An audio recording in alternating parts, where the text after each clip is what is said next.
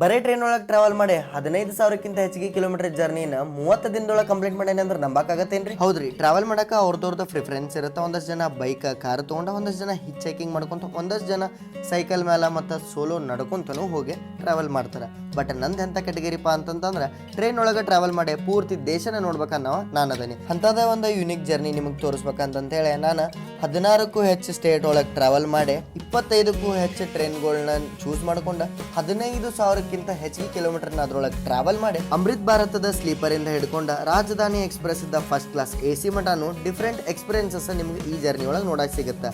ಅದಷ್ಟೇ ಅಲ್ಲದ ಬೆಂಗಳೂರಿನಿಂದ ಮಿಜೋರಾಮದ ಐಜ್ವಾಲ್ ಮಠ ಆಗಿರುವಂತ ಹೊಸ ರೈಲ್ವೆ ಸ್ಟೇಷನ್ ನಿಮ್ಗೆ ಇದೇ ಸೀರೀಸ್ ಒಳಗೆ ನೋಡಕ್ ಸಿಗೋದ್ರಿಂದ ನಾಳೆಯಿಂದ ಕಂಟಿನ್ಯೂಸ್ ಆಗಿ 30 ದಿನ 16-15ಕ್ಕೆ ನಿಮ್ಮ ಫೀಡ್ ಒಳಗೆ ನಂದೊಂದು ರೀಲ ಕಾಣಿಸ್ಕೊಳ್ಳುತ್ತೆ.